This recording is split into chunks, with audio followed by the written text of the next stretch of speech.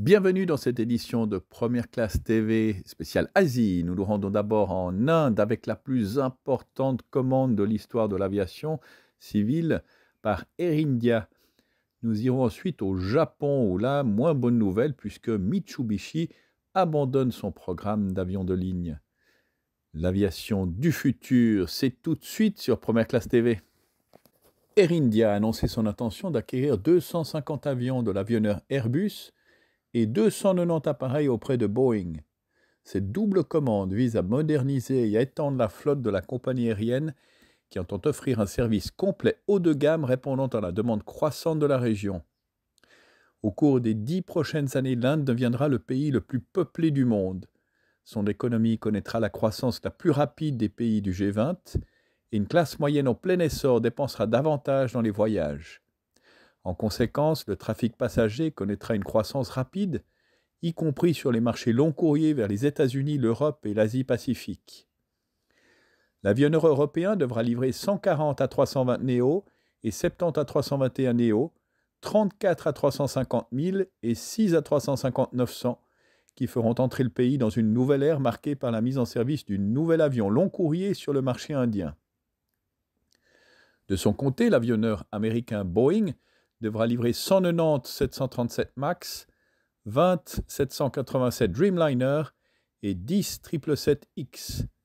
L'accord entre Boeing et Air India comprend des options pour 50 737 MAX et 20 787-9 supplémentaires.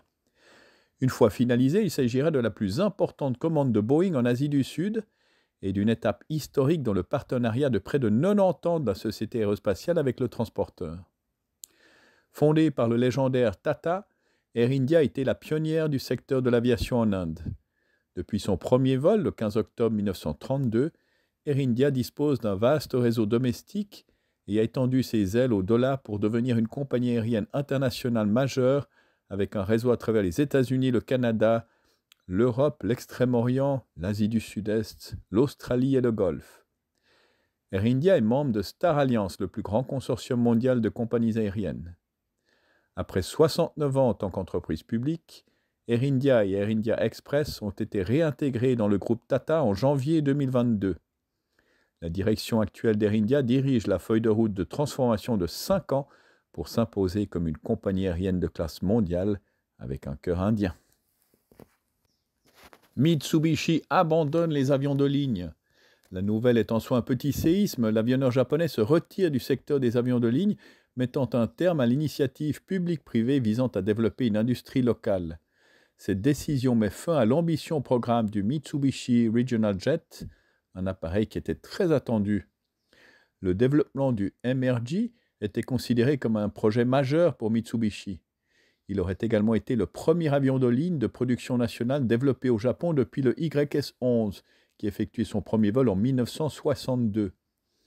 La première livraison de la compagnie était prévue pour 2013 à Hana au Japon.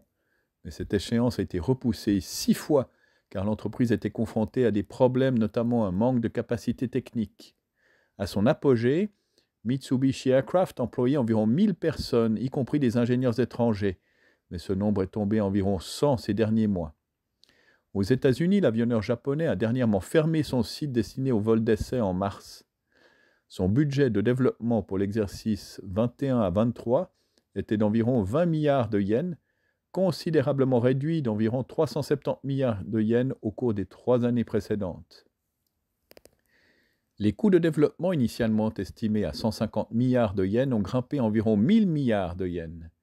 Mitsubishi a déjà enregistré des pertes de valeur liées aux actifs liés au MRJ en cours de l'exercice clos en mars 2020. Les ingénieurs dû faire face à divers problèmes, comme un important défaut du système de climatisation qui aurait dû être revu. Des problèmes de logiciel ont ralenti le programme et obligé à réviser des éléments de conception d'origine. De plus, il aurait fallu augmenter le financement en vue de la certification pour l'emploi de carburants bio et d'une manière générale de la certification auprès des différents régulateurs.